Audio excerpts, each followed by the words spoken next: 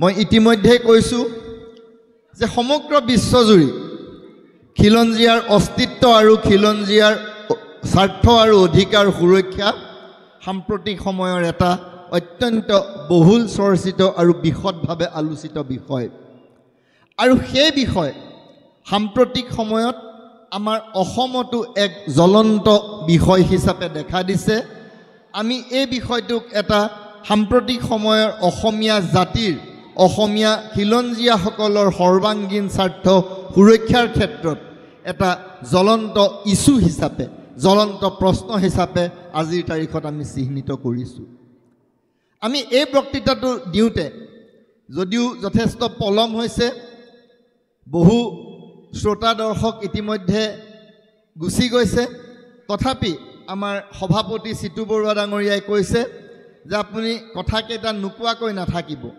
মই কথাকেইটা ক'ব খুজিছোঁ আৰু যিমান পাৰি মই চমুৱাই ক'ব খুজিছোঁ, কাৰণ কথাটো অত্যন্ত আমাৰ কাৰণে স্পৰ্শকাতৰ, আমাৰ কাৰণে সংবেদনশীল আৰু আমাৰ জাতীয় অস্তিত্বৰ কাৰণে অত্যন্ত গুৰুত্বপূৰ্ণ আৰু প্ৰাসংগিক। আৰু সেইকাৰণে এই বিষয়টোত ক'বলৈ যাওঁতে প্ৰথমে আমি জানিব লাগিব যে খিলঞ্জীয়া জনসাধাৰণ বুলি ক'লে আমি কাক বুজি পাওঁ, আৰু খিলঞ্জীয়া জনসাধাৰণৰ স্বাৰ্থ বা খিলঞ্জীয়া জনসাধাৰণৰ অস্তিত্ব সমগ্ৰ বিশ্বতে কিয়নো সংকটাপন্ন হৈছে, কিয়নো প্ৰত্যাহ্বানৰ সন্মুখীন হৈছে। আৰু এই ক্ষেত্ৰত আন্তঃৰাষ্ট্ৰীয় ক্ষেত্ৰতেই হওক বা ৰাষ্ট্ৰীয় পৰ্যায়তে হওক বা আমাৰ ৰাজ্যিক বা স্থানীয় পৰ্যায়তে হওক কেনেকুৱা ধৰণৰ ব্যৱস্থা গ্ৰহণ কৰা হৈছে আৰু এই সমস্যাৰ চিৰদিনৰ কাৰণে সমাধানৰ কাৰণে আমি কেনেকুৱা ধৰণৰ পদক্ষেপ গ্ৰহণ কৰাৰ প্ৰয়োজনীয়তা আছে, এই আটাইকেইটা দিশ আচলতে পুংখানুপুংখভাৱে বিশ্লেষণ কৰাৰ প্ৰয়োজনীয়তা আছে। আপোনালোক সকলোৱে মোৰ লগত নিশ্চয় একমত যে এতিয়া সময়ৰ অভাৱৰ কাৰণে এই আটাইখিনি কথা নিশ্চয়কৈ মই বিশদভাৱে আলোচনা কৰিব নোৱাৰোঁ। মই কিন্তু ভুৰুকাত হাতী ভৰোৱাৰ দৰে মই মূল বিষয়সমূহ চুই গৈ এই বিষয়টোৰ সন্দৰ্ভত এক কিঞ্চিত আলোকপাত কৰাৰ নিশ্চয়কৈ প্ৰয়াস কৰিম। তাৰ এই বক্তব্য মই বিশদভাৱে ক'বলৈ এইকাৰণে মই এতিয়া অসুবিধা হৈছে, কাৰণ এই কথা ক'বলৈ গ'লে যথেষ্ট সময় লাগিব। কিন্তু এই কথা মই চমুৱাই ক'বলৈ যাওঁতে দুই এটা কথাত যদি আপোনালোকৰ কিবা আপত্তি বিপত্তি থাকে তেতিয়াহ'লে মোৰ লগত এই কথাটো মুকলিকৈয়ে মই ভাৱৰ আদান প্ৰদান কৰিবলৈ আহ্বান জনালোঁ। কাৰণ কথাত যেতিয়া ৰীল কাটিম নিশ্চয় দুই এটা কথা মই চুই নোযোৱাকৈ যাব লাগিব। কিন্তু এইটো কথা নহয় যে বিষয়টো সন্দৰ্ভত মোৰ এটা সদিচ্ছা নাই, যে বিষয়টো সন্দৰ্ভত মই যিখিনি বুজিছোঁ, মই যিখিনি অনুধাৱন কৰিছোঁ সেইখিনি কথা আপোনাসৱৰ সন্মুখত ব্যক্ত কৰাৰ ক্ষেত্ৰত মই কৃপণালি কৰিছোঁ, একেবাৰেই নকৰোঁ। খালি সময়ৰ প্ৰতি লক্ষ্য ৰাখি মই ভুৰুকাত হাতী ভৰাবলৈ যত্ন কৰিম। প্ৰথমলৈ আহোঁ যে খিলঞ্জীয়া জনসাধাৰণ বুলি ক'লে আমি কাক বুজি পাওঁ। খিলঞ্জীয়া জনসাধাৰণ হৈছে এখন ঠাই বা এখন ৰাষ্ট্ৰৰ সেইসকল অধিবাসী, যিসকল অভিবাসীসকল অহাৰ পূৰ্বৰে পৰাই বাস কৰি আহিছে, অৰ্থাৎ তেওঁলোক অৰিজিনেল, অৰ্থাৎ তেওঁলোক তাৰ মূল বাসিন্দা বা আটাইতকৈ আদিম অধিবাসী। যি জাতি জনগোষ্ঠী, আপোনালোকে এটা কথা জানে যে আমাৰ ৰাষ্ট্ৰ নিৰ্মাণ হৈছে, জাতি গঠন প্ৰক্ৰিয়া হৈছে এক প্ৰব্ৰজন প্ৰক্ৰিয়াৰ মাজেৰে। প্ৰব্ৰজিত জনসাধাৰণে আমাৰ পেটৰ কাৰণতে হওক, জীৱিকা নিৰ্বাহৰ কাৰণতে হওক বা বাসৰ কাৰণে বাস উপযোগী আস্থান বিচাৰিয়েই হওক, আমাৰ জাতি জনগোষ্ঠীবিলাক বিভিন্ন ঠাইৰ পৰা বিভিন্ন ঠাইলৈ অহা যোৱা চলি আছিল। কিন্তু যেতিয়াই ৰাষ্ট্ৰ গঠন হ'ল, জাতি গঠন নিৰ্মাণ প্ৰক্ৰিয়া আৰম্ভ হ'ল, তেতিয়াৰে পৰাই আমাৰ এই প্ৰব্ৰজিত যিসকল জনসাধাৰণ, সেই জনসাধাৰণক লৈ, সেই আদিম অধিবাসী বা সেই খিলঞ্জীয়া জনসাধাৰণক লৈ সেই জাতি গঠন প্ৰক্ৰিয়া বা ৰাষ্ট্ৰ গঠন প্ৰক্ৰিয়া হ'ল। কিন্তু আমি খিলঞ্জীয়া বা ইণ্ডিজিনাছ পিপুল বা আমি আদিম অধিবাসী বা আমি যিসকলক এব অৰিজিনেল বুলি কওঁ, আদিবাসী বুলি কওঁ, সেইসকল সেই ঠাইত বা সেই ৰাষ্ট্ৰত তেওঁলোক ক'ৰো পৰা অহা নহয়, তেওঁলোক অৰিজিনেলি পূৰ্বৰে পৰাই সেই ঠাইত বসবাস কৰা ব্যক্তি। কিন্তু যেতিয়াই এই প্ৰব্ৰজনৰ ইতিহাস বৃদ্ধি পালে, যেতিয়াই ঔপনিৱেশিকতা বৃদ্ধি পালে, যেনেদৰে আমি ব্ৰিটিছসকলৰ ঔপনিৱেশ আছিলোঁ, তেনেকৈ আমাৰ যিসকল আমাৰ সাম্ৰাজ্যবাদী যিবিলাক জাতি, সেই জাতিবিলাকে যেতিয়া উপনিৱেশ প্ৰতিষ্ঠা কৰিবলৈ ল'লে আৰু প্ৰব্ৰজন আমাৰ ত্বৰান্বিত হ'ল, তেতিয়া যিবিলাক ঠাই পিছত স্বাধীন হ'ল, যিবিলাক ৰাষ্ট্ৰ স্বাধীন হ'ল আৰু সেই ৰাষ্ট্ৰবিলাকত ৰাষ্ট্ৰ গঠন প্ৰক্ৰিয়া আৰু জাতি নিৰ্মাণ প্ৰক্ৰিয়া আৰম্ভ হ'ল, তেতিয়া কোনো ক্ষেত্ৰত এই সংমিশ্ৰণ আৰু সমন্বয়ৰ প্ৰভাৱত য'ত য'ত আমাৰ খিলঞ্জীয়া জনসাধাৰণৰ সংখ্যা কম, তাত এই খিলঞ্জীয়া জনসাধাৰণ তেওঁলোকৰ পৰিচয় সংকট, জাতি সংকট, ভাষা সাহিত্য সংস্কৃতিৰ সংকট, ভূমি সংকটৰ সন্মুখীন হ'বলৈ ধৰিলে। সমগ্ৰ পৃথিৱীত আনুমানিক প্ৰায় ৩০০ নিযুত খিলঞ্জীয়া জনসাধাৰণ আছে আৰু প্ৰায় আধা সংখ্যকে বাস কৰে ভাৰত আৰু চীন দেশ। আমাৰ দ্বিতীয় বিশ্বযুদ্ধৰ পূৰ্বলৈকে আমাৰ এই খিলঞ্জীয়া জনসাধাৰণৰ অস্তিত্ব বা স্বাৰ্থ বা তেওঁলোকৰ অধিকাৰ সুৰক্ষাৰ কথাটো আনুষ্ঠানিকভাৱে চিন্তা কৰা হোৱা নাছিল। কিন্তু ৰাষ্ট্ৰসংঘ প্ৰতিষ্ঠাৰ পিছত পোনপ্ৰথমতে 1953 চনত ILO ইণ্টাৰনেশ্যনেল লেবাৰ অৰ্গেনাইজেশ্যনে পোনপ্ৰথমে খিলঞ্জীয়াসকলৰ স্বাৰ্থ, খিলঞ্জীয়াসকলৰ অস্তিত্ব সুৰক্ষাৰ প্ৰশ্নটো আন্তঃৰাষ্ট্ৰীয় পৰ্যায়ত উপস্থাপন কৰিলে। আৰু তাৰপিছতে আমাৰ যিখন খিলঞ্জীয়া আৰু জনজাতিসকলৰ চুক্তিপত্ৰ indigenous and tribal population convention, সেইখন ILO ৰাষ্ট্ৰসংঘৰ এটা এজেঞ্চি, ইণ্টাৰনেশ্যনেল লেবাৰ অৰ্গেনাইজেশ্যন, আন্তৰ্জাতিক বনোৱা সংগঠনে গ্ৰহণ কৰিলে।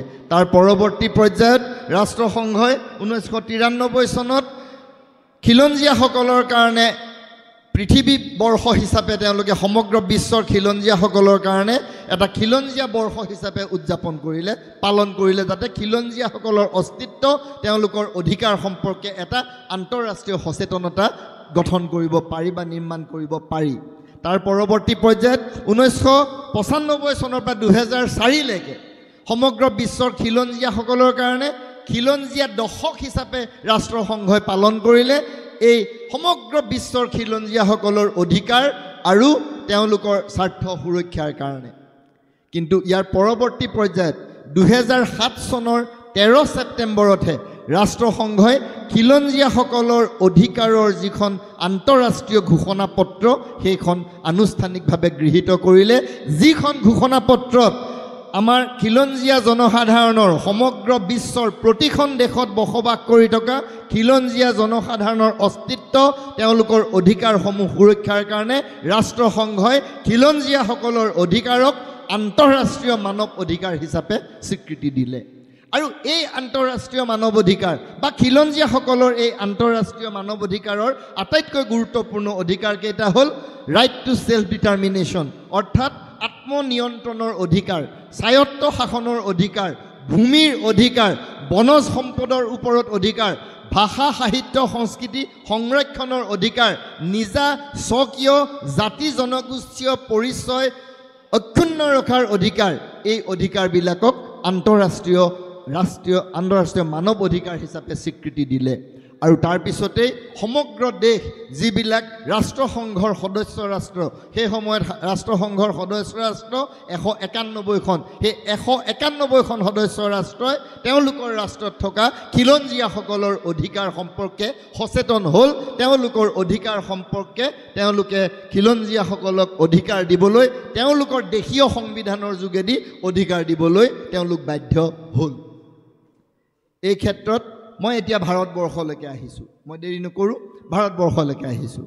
ভাৰতবৰ্ষ কিন্তু আমি এটা কথাত ক'ব লাগিব যে এই ক্ষেত্ৰত ভাৰতীয় সংবিধান প্ৰণয়ন কৰাৰে পৰাই ভাৰতত বসবাস কৰা খিলঞ্জীয়া জনসাধাৰণ বা আদিবাসী জনগোষ্ঠীবিলাকৰ স্বাৰ্থ সুৰক্ষাৰ কাৰণে আমাৰ সংবিধান প্ৰণেতাসকলে আগতেই সংবিধানত ব্যৱস্থাৱলী সন্নিৱিষ্ট কৰিছে।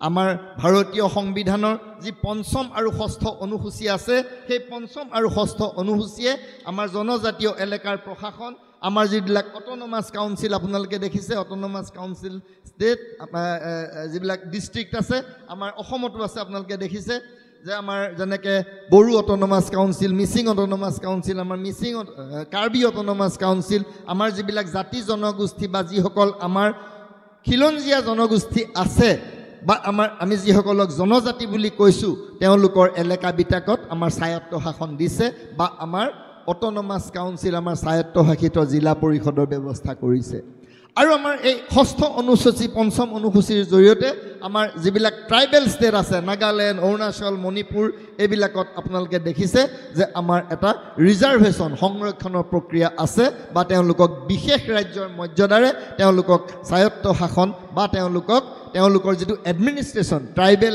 এৰিয়া এডমিনিষ্ট্ৰেশ্যনটো এই সংবিধানৰ পঞ্চম আৰু ষষ্ঠ অনুসূচীৰ জৰিয়তে আমাৰ কৰা হৈছে তাৰোপৰি সংবিধানৰ বিভিন্ন অনুচ্ছেদ আমাৰ 342 অনুচ্ছেদৰ কথা ইতিমধ্যে চিতু বৰুৱাই কৈছে তাৰোপৰি অনুচ্ছেদ 46 244 275 330 332 334 342 350 350 এই আটাইবোৰ অনুচ্ছেদে আমাৰ ভাৰতত বসবাস কৰা খিলঞ্জীয়া জনসাধাৰণৰ অস্তিত্ব খিলঞ্জীয়া জনসাধাৰণৰ স্বাৰ্থ খিলঞ্জীয়া জনসাধাৰণৰ অধিকাৰ সুৰক্ষাৰ কাৰণে আমাৰ সংবিধানত সন্নিৱিষ্ট কৰা হৈছে আৰু সেই অনুসৰি আমাৰ ভাৰতৰ বিভিন্ন ঠাইত বসবাস কৰা খিলঞ্জীয়াসকলে তেওঁলোকৰ অধিকাৰ সুৰক্ষিত কৰাৰ সুযোগ লাভ কৰিছে আৰু এই ক্ষেত্ৰত আমাৰ আপোনালোকে দেখিব যে আমাৰ এই যিটো জনজাতি আমাৰ যিখিনি খিলঞ্জীয়া জনজাতি আছে যাক আমি ট্ৰাইবেল পপুলেশ্যন বুলি কৈছোঁ যাক আমি আদিবাসী বুলি কৈছোঁ তাৰ কাৰণে আমাৰ এই সংবিধানৰ এই অনুচ্ছেদবিলাক বা পঞ্চম অনুসূচী আৰু ষষ্ঠ অনুসূচীৰ জৰিয়তে বিধানসভা সংসদ আৰু অন্যান্য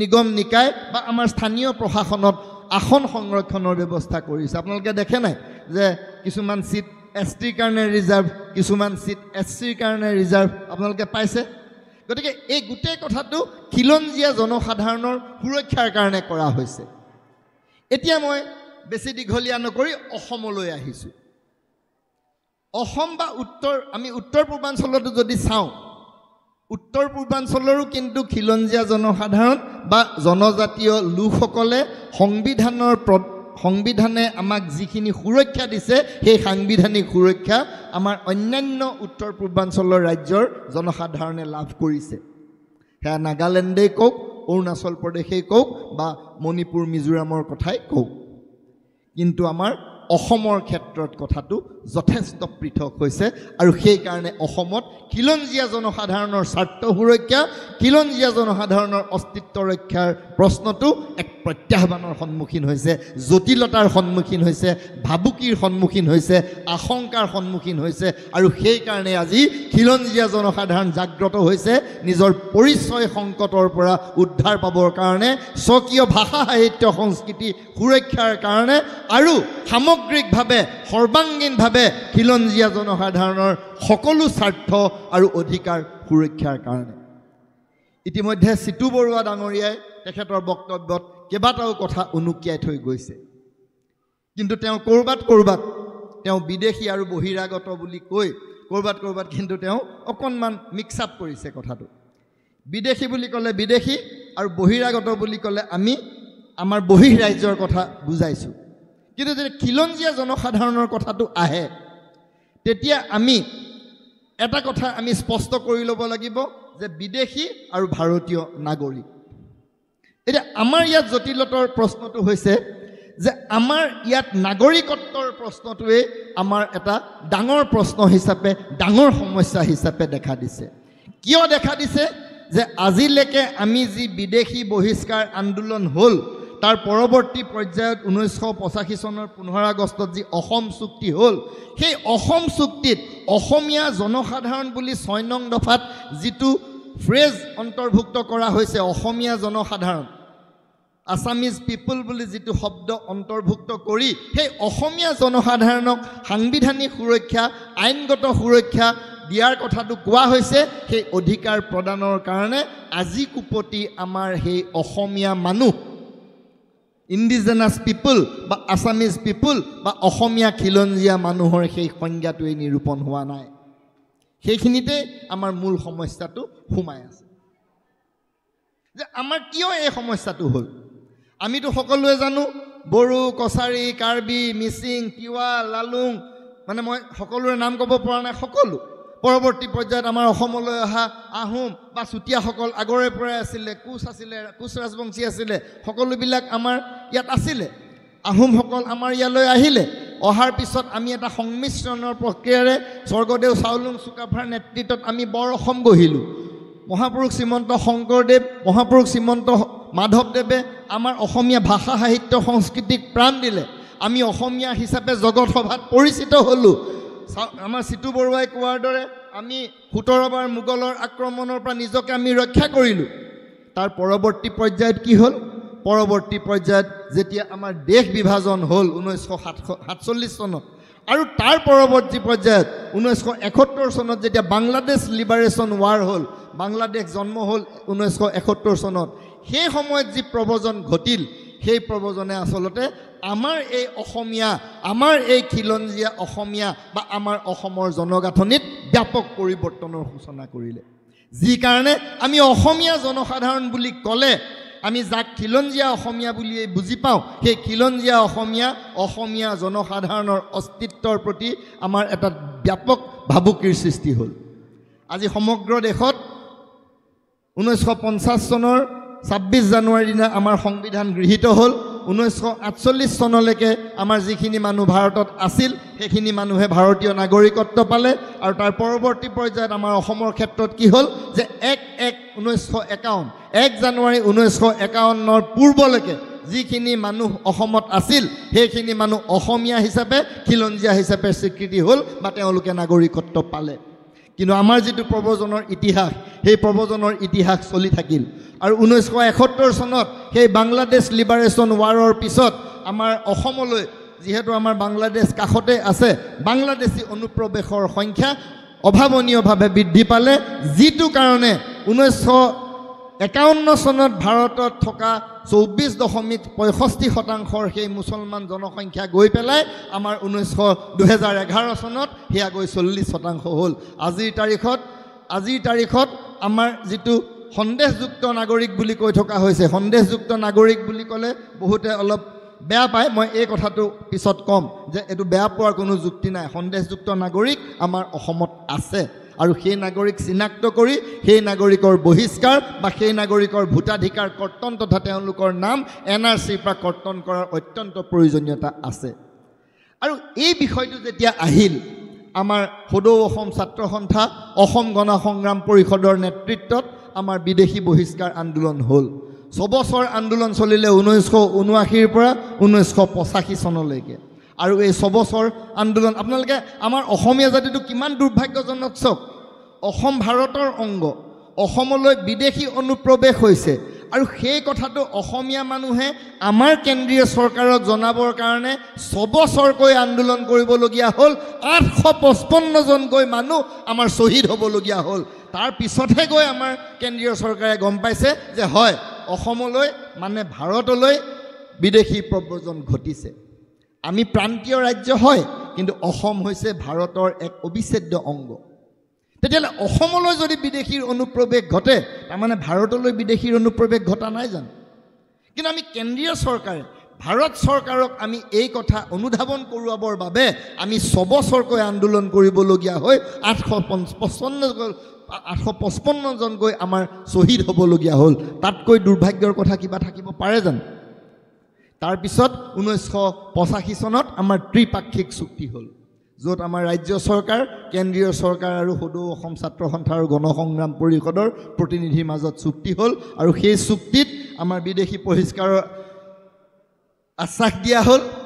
আমাৰ 1971 চনৰ 25 মাৰ্চৰ পিছত যিসকল, অৰ্থাৎ 24 মাৰ্চৰ পিছত যিসকল অসমলৈ আহিছে তেওঁলোকক বিতৰণ কৰাৰ সিদ্ধান্ত কৰা হ'ল। আৰু 1971 চনৰ 24 মাৰ্চলৈকে যিসকল আহিলে তেওঁলোকক ভাৰতীয় নাগৰিকত্ব দিয়াৰ সিদ্ধান্ত লোৱা হ'ল। আৰু অসম চুক্তিৰ আটাইতকৈ গুৰুত্বপূৰ্ণ যিটো দফা, আমি সদায় 6 নং দফা কওঁ, তাত কোৱা হ'ল যে অসমীয়া জনসাধাৰণ, ই হৈছে অসমীয়া খিলঞ্জীয়া জনসাধাৰণৰ সমাৰ্থক। এই শব্দটোৱে আচলতে খিলঞ্জীয়া জনসাধাৰণকেই বুজাইছে। অসমীয়া জনসাধাৰণক আমি তেওঁলোকৰ সংস্কৃতি, ভাষা, সাহিত্য, সংস্কৃতি বা তেওঁলোকৰ যি আইনগত সুৰক্ষা প্ৰদানৰ কাৰণে আমি অসমীয়া জনসাধাৰণক সাংবিধানিক সুৰক্ষা কৱচ প্ৰদান কৰিম। তাৰপিছত আহিল লেঠাটো, এতিয়া সেই অসমীয়া জনসাধাৰণ বুলি ক'লে আমি কাক বুজি পাম?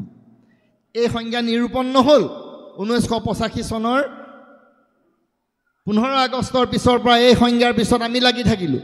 আমি এনেকুৱা জাতি হৈ গ'লোঁ যে আমাৰ এটা সংজ্ঞা নাই। অসমীয়া বুলি ক'লে আমি কাক বুজোঁ, আমাৰ সংজ্ঞা নাই। আপুনি বিহাৰী বুলি ক'লে আপুনি সংজ্ঞা পাব, মাৰোৱাৰী বুলি ক'লে সংজ্ঞা পাব, পাঞ্জাবী বুলি ক'লে সংজ্ঞা পাব, আপুনি ৰাজস্থানী বুলি ক'লে সংজ্ঞা পাব।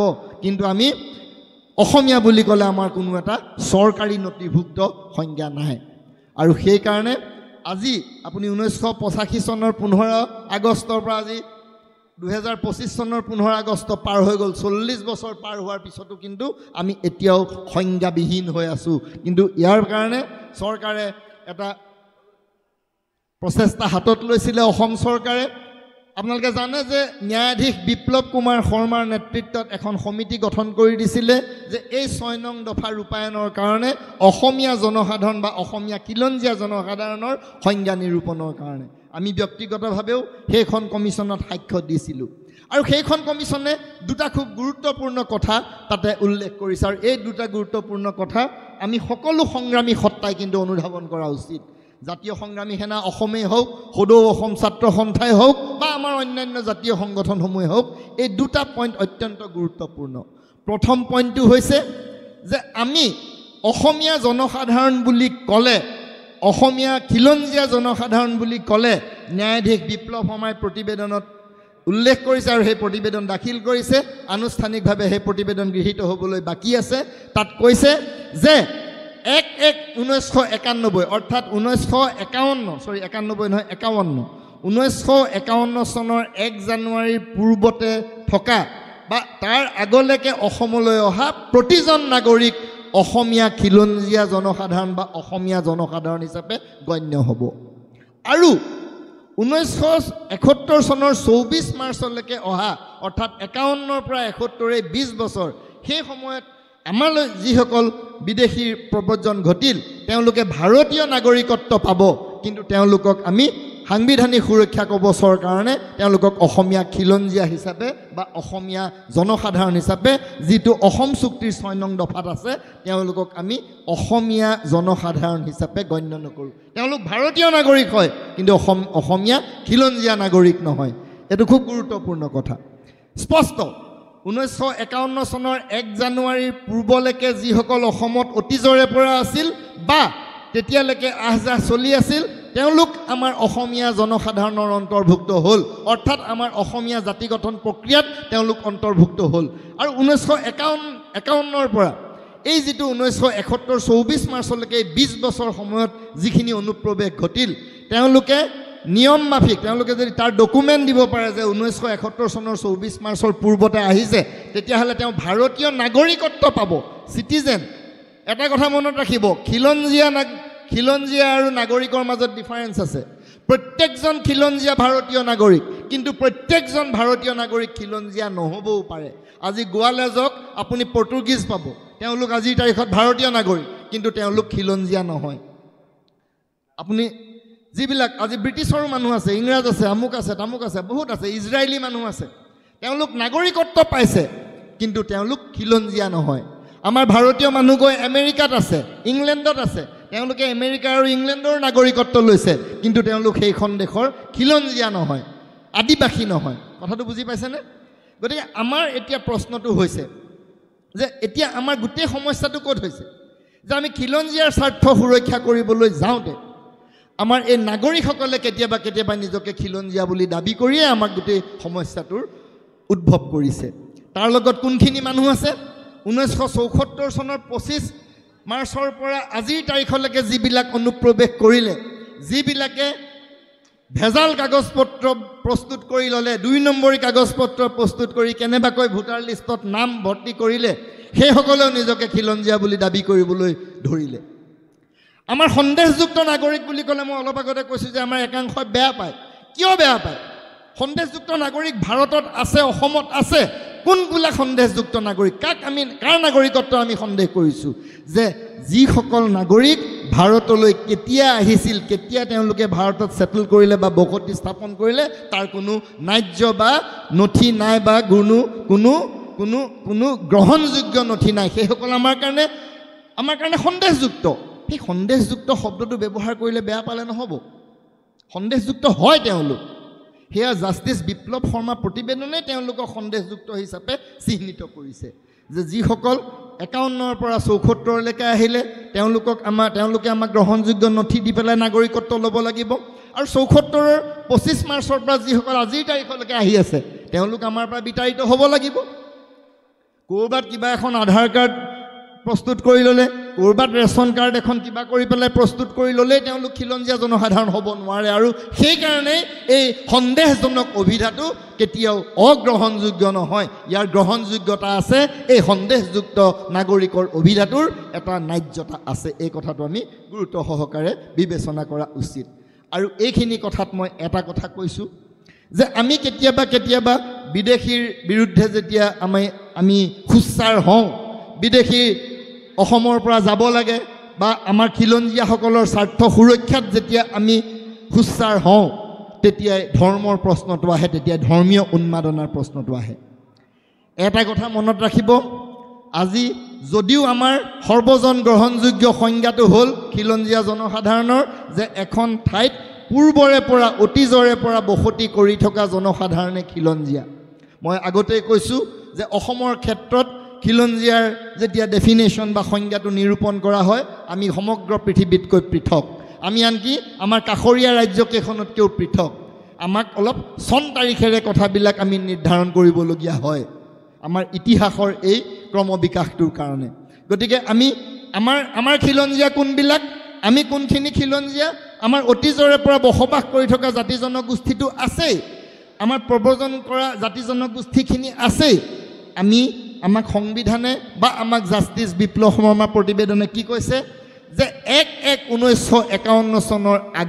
আগতে আহি যিসকল অতীজৰে পৰা বসতি কৰি আছে আৰু যিসকল 1951 চনৰ 1 জানুৱাৰীৰ আগতে আহিলে তেওঁলোক আৰু তেওঁলোকৰ সতি সন্ততিসকলহে আমাৰ খিলঞ্জীয়া হিচাপে বিবেচিত হ'ব বাকী 1951ৰ পৰা 1974লৈকে অহাখিনি আমাৰ ভাৰতীয় নাগৰিকত্ব পাব কিন্তু তেওঁলোক খিলঞ্জীয়া হ'ব নোৱাৰে বা অসমীয়া জনসাধাৰণৰ সেই অভিধাটোৰ তেওঁলোক অন্তৰ্ভুক্ত হ'ব নোৱাৰে অৰ্থাৎ তেওঁলোক সাংবিধানিক ৰক্ষা কৱচৰ খিলঞ্জীয়াৰ কাৰণে যি সাংবিধানিক ৰক্ষা কৱচৰ কথা কোৱা হৈছে সেই ৰক্ষা কৱচৰ কাৰণে তেওঁলোক এণ্টাইটেল নহয় বা সেই ৰক্ষা কৱচ তেওঁলোকে পাব নোৱাৰে অৰ্থাৎ আমাৰ এই বিদেশী অনুপ্ৰৱেশকাৰীসকলৰ বিৰুদ্ধে আমাৰ অস্তিত্ব ৰক্ষাৰ সংগ্ৰাম আমাকহে সাংবিধানিক সুৰক্ষা কৱচ লাগে তেওঁলোকক নালাগে কাৰণ তেওঁলোকে ইতিমধ্যে বিদেশৰ পৰা আহি আমাৰ ইয়াত নাগৰিকত্ব লাভ কৰিছে 1974 চনৰ 24 মাৰ্চলৈকে অহাসকলে পিছৰসকল যাব লাগিব কিন্তু পিছৰসকল যোৱাৰ প্ৰক্ৰিয়াটো কৰিবৰ কাৰণেও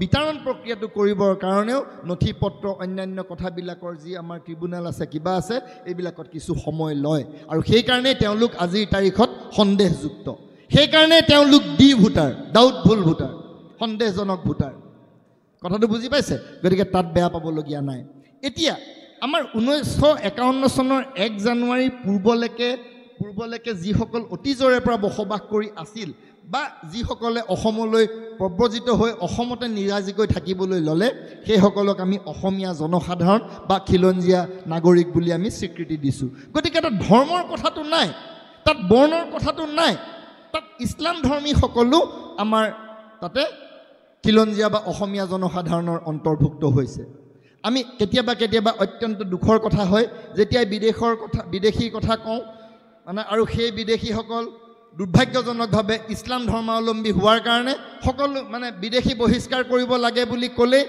এটা ন্যস্ত স্বাৰ্থজড়িত চক্ৰই হওক এটা পক্ষই এটা কথা খুব ওপৰলৈ উলিয়াই দিবলৈ যত্ন কৰে যে এইটো এটা ধৰ্মীয় আগ্ৰাসন চলিছে ধৰ্মীয় উন্মাদনা চলিছে এটা বিশেষ ধৰ্মৰ বিৰুদ্ধে অভিযান চলিছে সেয়া নহয় আমি 1951 ইয়াত মনিৰুল ইছলাম বৰা ফৰিদ ইছলাম হাজৰিকা থকা হ'লে মই ভাল পালোহেঁতেন তেওঁলোক কোনো কাৰণতে সন্দেহযুক্ত নহয় তেওঁলোক কেৱল ভাৰতীয় নাগৰিকেই নহয় তেওঁলোক যিহেতু 1951 চনৰ 1 জানুৱাৰীৰ আগত আহিছে তেওঁলোক আমাৰ দৰে অসমীয়া জনসাধাৰণ অসমীয়া খিলঞ্জীয়া জনসাধাৰণ গতিকে আমি তাক ধৰ্মৰ দৃষ্টিৰে চাবলৈ যোৱাটোৱে আচলতে আমাক ধৰ্মীয় উন্মাদনাৰ সৃষ্টি কৰে গতিকে মই এটা কথা সকলো পক্ষকে আহ্বান জনাম আমি খিলঞ্জীয়া জনসাধাৰণেও এই প্ৰশ্নটোত ধৰ্মৰ কথাটো আমি একাকাৰ কৰিব নালাগে আৰু যিসকলৰ বিৰুদ্ধে আমি সংগ্ৰাম কৰিছোঁ যিসকলৰ বিৰুদ্ধে সংগ্ৰাম কৰি আমি সাংবিধানিক সুৰক্ষা কৱচ দাবী কৰিছোঁ সাংবিধানিক সুৰক্ষা কৱচ বিচাৰিছোঁ তেওঁলোকেও এই ইছ্যুটোক খিলঞ্জীয়া স্বাৰ্থ সুৰক্ষাৰ আন্দোলন হিচাপেহে বিবেচনা কৰিব লাগে,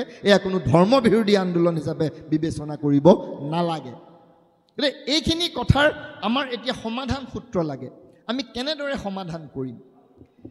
আমি 1 নম্বৰ কথা হৈছে যে অসম চুক্তি সঠিক ৰূপত ৰূপায়ণ হ'ব লাগিব আৰু জাষ্টিছ বিপ্লৱ কুমাৰ শৰ্মা ডাঙৰীয়াৰ সমিতিখনে অসম চুক্তিৰ 6 নং দফা যেনেদৰে প্ৰতিবেদন দাখিল কৰিছে, ইতিমধ্যে চৰকাৰেও গ্ৰহণ কৰিছে, সেয়া অনতিপলমে সেয়া কাৰ্যকৰীকৰণ হ'ব লাগে। ইতিমধ্যে বহু পলম হৈ গৈছে।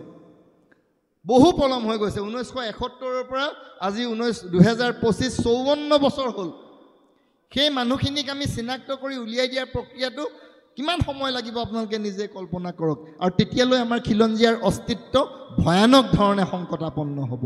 কিয় সংকটাপন্ন হ'ব মই কৈছোঁৱেই, এই জনগাঁথনিৰ ব্যাপক পৰিৱৰ্তনে আমাৰ খিলঞ্জীয়াসকলৰ ভূমিৰ অধিকাৰৰ পৰা আমাক বঞ্চিত কৰিছে, বনজ সম্পদৰ অধিকাৰৰ পৰা আমাক বঞ্চিত কৰিছে, আমাৰ ৰাজনৈতিক অধিকাৰৰ পৰা। আজি জনগাঁথনিৰ ব্যাপক পৰিৱৰ্তনে বিভিন্ন সমষ্টিত সাম্প্ৰতিক সময়ত অসমৰ 15খন জিলাত সেই সন্দেহযুক্ত নাগৰিকসকলে এতিয়া ৰাজনৈতিক শক্তি আহৰণৰ ক্ষেত্ৰত ইলেকশ্যনত বা নিৰ্বাচনী প্ৰক্ৰিয়াত তেওঁলোকে নিৰ্ণায়ক ভূমিকা পালন কৰিব পৰা হ'ল। আৰু সেইকাৰণে আমাক সমাধান লাগে, আমাক ৰাজনৈতিক সাংবিধানিক সুৰক্ষা কৱচ লাগে। আৰু তাৰ কাৰণে এটা অন্যতম গুৰুত্বপূৰ্ণ বিষয় হৈছে অসম চুক্তিৰ ৰূপায়ণ, অসম চুক্তিৰ 6 নং দফাৰ ৰূপায়ণ। NRCখন সঠিক ৰূপত 1951 চনৰ 1 জানুৱাৰীক ভিত্তিবৰ্ষ হিচাপে লৈ NRCখনৰ সঠিক প্ৰস্তুতকৰণ আৰু কাৰ্যকৰীকৰণ। তাৰপিছতে আমাৰ অসমক 370 আৰ্টিকল 370 আৰু আৰ্টিকল 371ৰ আৰ্হিত নাগালেণ্ড অৰুণাচলক যেনেকৈ বিশেষ ৰাজ্যৰ মৰ্যাদা দিছে, তেনেদৰে বিশেষ ৰাজ্যৰ মৰ্যাদা প্ৰদান। আমাৰ বনজ সম্পদৰ ওপৰত নাগালেণ্ডত কৰাৰ দৰে আমাৰ বনজ সম্পদৰ ওপৰত খিলঞ্জীয়া অসমীয়াৰ অধিকাৰ আমাক দিব লাগিব। ভূমিৰ কথা কোৱা হৈছে, বৰ্তমানৰ ভূমি যিখন আইন আছে তাৰ সংশোধন কৰি খিলঞ্জীয়া অসমীয়াই যাতে মাটিবিলাক ল'ব পাৰে, ক্ৰয় কৰিব পাৰে, মাটিৰ অধিকাৰ সাব্যস্ত কৰিব পাৰে, তাৰ কাৰণে সংশোধনী ব্যৱস্থা কৰা। আৰু আন এটা গুৰুত্বপূৰ্ণ কথা ইতিমধ্যে চিতু বৰুৱাই কৈছে যে আমাৰ 6 জনগোষ্ঠীৰ জনজাতিকৰণ। আমাৰ এতিয়া গোটেই কথাটো কি হৈ থাকে আপোনালোকে চাব, মোৰ ভুলো হ'ব পাৰে। মই লক্ষ্য কৰিছোঁ যেতিয়া 6 জনগোষ্ঠীৰ জনজাতিকৰণৰ কথাটো আছে, আগতে জনজাতি হৈ থকা উদাহৰণস্বৰূপে ট্ৰাইবেল সংঘই ক'ৰবাত অসন্তুষ্টি ব্যক্ত কৰে। এই জনজাতিকৰণ মেডিকেল ইঞ্জিনিয়াৰিঙত ছিট পোৱা বা চাকৰি পাবৰ কাৰণে বয়সৰ উচ্চ সীমাই এই জনজাতিকৰণৰ মূল লক্ষ্য নহয়। এই 6 জনজাতি যদি জনজাতিকৰণ হয়, অসমে এখন জনজাতিৰ ৰাজ্যৰ মৰ্যাদা পাব। আৰু যেতিয়াই জনজাতি হ'ব তেতিয়াই সেই ভাৰতীয় সংবিধানৰ 5ম অনুসূচী আৰু 6ঠ অনুসূচী 5th and 6th শিডিউলৰ জৰিয়তে আমি ট্ৰাইবেল ষ্টেট হিচাপে আমি বিশেষ ৰাজ্যৰ মৰ্যাদা পাম আৰু বিশেষ প্ৰটেকশ্যন বা বিশেষ সুৰক্ষা পাম। আমাৰ ইয়াত ইনাৰ লাইন পাৰ্মিটৰ ব্যৱস্থা হ'ব। বহিৰাগত যিটো কথা চিতু বৰুৱাই কৈছে, বহিৰাগতই আহি আমাৰ ইয়াত ভূমি ক্ৰয় কৰিব নোৱাৰে। আপুনি মই গৈ নাগালেণ্ড মেঘালয়ত গৈ আমি মাটি কিনিব পাৰোঁ জানো? নোৱাৰোঁ, মাটি কিনিব নোৱাৰোঁ। আমি তাত গৈ ঘৰ জোৱাই হৈ থাকিব পাৰিম, মাটি কিনিব নোৱাৰোঁ। গতিকে আমাক ভূমিৰ অধিকাৰ লাগিব। গতিকে এইখিনি কথা আমাৰ খুব গুৰুত্ব সহকাৰে ল'ব লাগিব। তাৰপিছতে আমাৰ বিধানসভা, লোকসভা আৰু প্ৰত্যেকটো আমাৰ যিটো স্থানীয় নিগম নিকায় পঞ্চায়ত আদি আছে, সকলোতে আমাৰ খিলঞ্জীয়াৰ কাৰণে আসন সংৰক্ষণৰ ব্যৱস্থা হ'ব লাগিব। ৰাজ্য চৰকাৰ, কেন্দ্ৰীয় চৰকাৰ আৰু অন্যান্য পাব্লিক আণ্ডাৰটেকিং, আমাৰ ONGC বা গেইল, অইল ইণ্ডিয়া, IOCৰ দৰে এই পাব্লিক আণ্ডাৰটেকিংবিলাকত আমাৰ খিলঞ্জীয়াৰ কাৰণে চাকৰিৰ আমাৰ পদৰ সংৰক্ষণৰ ব্যৱস্থা থাকিব লাগিব। গতিকে এইখিনি কথা আমাৰ অত্যন্ত গুৰুত্বপূৰ্ণ। আৰু এইখিনি কথা কৰিবলৈ যাওঁতে মই এটা কথা লক্ষ্য কৰোঁ যে মাজে মাজে আমাক এই সন্দেহযুক্ত নাগৰিক বা মাজে মাজে আমাক এই ধৰ্মীয় যিটো আচ্ছাদন, ধৰ্মীয় যিটো আমাৰ এখন আচ্ছাদনেৰে আমাক ঢাকি পেলাবলৈ যত্ন কৰা যায়। কেতিয়াবা আমাক এই কথাটোৱে আমাক মূল ইছ্যুটোৰ পৰা, খিলঞ্জীয়াৰ অধিকাৰ সুৰক্ষা, খিলঞ্জীয়াৰ অস্তিত্ব সুৰক্ষা, খিলঞ্জীয়াৰ পৰিচয়, খিলঞ্জীয়াৰ ভাষা সাহিত্য সংস্কৃতি সুৰক্ষাৰ প্ৰশ্নটোৰ পৰা আমাক ফালৰি কাটি লৈ যায়। আজি সন্দেহযুক্ত নাগৰিক আমাৰ ইয়াত আছে, আপোনালোকে চাওকচোন এই প্ৰব্ৰজনৰ ইতিহাসটো 1951 পৰা 1971 পৰা 2025লৈকে কিমান দীঘলীয়া এটা প্ৰব্ৰজনৰ ইতিহাস, অবৈধ অনুপ্ৰৱেশৰ ইতিহাস। গতিকে সন্দেহযুক্ত নাগৰিক আছে। আমি এনেকুৱা ব্যক্তিও দেখিছোঁ যাৰ মাতৃ পৰিচয় আমি পাওঁ, কিন্তু পিতৃৰ আপুনি কোনো লিগেচি বিচাৰি নাপায়। তাৰমানে সেই পিতৃজন অনুপ্ৰৱেশকাৰী, সেইকাৰণে তেওঁ লিগেচি নাই। তেওঁ কিবাকেৰে আহিছে, নিৰ্মাণ শ্ৰমিক হিচাপে আহিলে, কাম কৰিবলৈ আহিলে, পেটৰ তাৰণাত আহিলে, আহি ইয়াতে বিয়া বাৰু কৰাই থাকি গৈ সতি সন্ততি হ'ল। সেইজন সন্দেহজনক নাগৰিক। সেইটো বেয়া পালে নহ'ব, তেওঁ প্ৰমাণ কৰিব লাগিব তেওঁ যে সন্দেহযুক্ত নহয়। কাৰণ ভাৰতত ভাৰতীয় নাগৰিক আৰু বিদেশী অনুপ্ৰৱেশকাৰী দুভাগ মানুহ আছে। গতিকে যিসকলে ভুৱা নথি পত্ৰ লৈ নাগৰিকত্ব লৈছে তেওঁলোক মানে সন্দেহযুক্ত নাগৰিকো হয়, তেওঁলোক ডি ভোটাৰো হয়, ডাউটফুল ভোটাৰো হয়।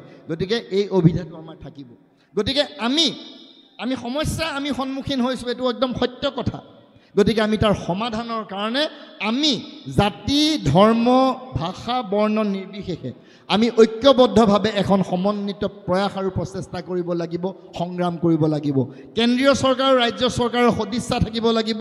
অসম চুক্তিৰ ৰূপায়ণ, NRC ৰূপায়ণ, অসম চুক্তিৰ 6 নং দফাৰ ৰূপায়ণ আৰু 1971 24 মাৰ্চৰ পিছত অহা সকলো বিদেশীক বহিষ্কাৰৰ কাৰণে এটা ব্যাপক আন্দোলন গঢ়ি তুলিব লাগিব। কেন্দ্ৰীয় চৰকাৰ, ৰাজ্য চৰকাৰে এটা বৈপ্লৱিক অভিযান তেওঁলোকে আৰম্ভ কৰিব লাগিব। তেহে আমি কৈ থকা খিলঞ্জীয়া অসমীয়া জনসাধাৰণৰ স্বাৰ্থ সুৰক্ষিত হ'ব, অস্তিত্ব সুৰক্ষিত হ'ব, আমাৰ ভাষা, সাহিত্য, সংস্কৃতি, আমাৰ জাতীয় পৰিচয় আমাৰ সুৰক্ষিত হ'ব। আৰু তেতিয়াহে সঁচা অৰ্থত এটা আমি সৰ্বাংগ সুন্দৰ আৰু বৃহৎ অসমীয়া জাতি, অপৰাজিত অসমীয়া জাতি হিচাপে জগত সভাত মূৰ দাঙি থিয় হৈ থাকিব পাৰিম। মই সকলো জাতীয় সংগ্ৰামী সেনাৰ সতীৰ্থ, তেওঁলোকৰ বিষয়ববীয়া সদস্য, শুভাকাংক্ষী, অন্যান্য জাতীয় সংগঠনৰ নেতা, শুভাকাংক্ষী সদস্যবৃন্দক মই এটাই আহ্বান জনাম, আহক আমাৰ এই অস্তিত্ব ৰক্ষাৰ সংগ্ৰামখনত আমি আইনৰ গণ্ডিত থাকি, আমি NRCৰ গণ্ডিত থাকি, অসম চুক্তিৰ গণ্ডিত থাকি, আমাৰ ভাৰতীয় নাগৰিকত্ব আইনৰ গণ্ডিত থাকি আমি এই সমস্যাটো আমি সমাধান কৰোঁ আৰু সঁচা অৰ্থত অসমীয়াৰ অস্তিত্ব সুৰক্ষা কৰোঁ। কাৰণ আমাৰ জাষ্টিছ বিপ্লৱ কুমাৰ শৰ্মাই নিৰ্ধাৰণ কৰি দিয়াৰ দৰে 1951 চনৰ 1 জানুৱাৰীৰ পূৰ্বৰে পৰা, অতীজৰে পৰা বসবাস কৰি থকা বা তেতিয়ালৈকে অসমলৈ অহা সকলো অসমীয়া, সকলো তেওঁলোকৰ সতি সন্ততি, আমি খিলঞ্জীয়া অসমীয়া, আমি অসমীয়া জনসাধাৰণ, আমাৰ স্বাৰ্থ আমি সুৰক্ষা হ'বই লাগিব। আমি ভাৰত চৰকাৰ, অসম চৰকাৰৰ পৰা সাংবিধানিক সুৰক্ষা কৱচ পাবই লাগিব। এয়াই আমাৰ মূল মন্ত্ৰ হোৱা উচিত। এইখিনিকে কৈ এজন শিক্ষক হিচাপে, এজন নিজকে সমাজৰ বিভিন্ন কামতে জড়িত হৈ থকা ব্যক্তি হিচাপে নিজৰ অনুভৱখিনি আপোনালোকৰ সন্মুখত ব্যক্ত কৰিলোঁ।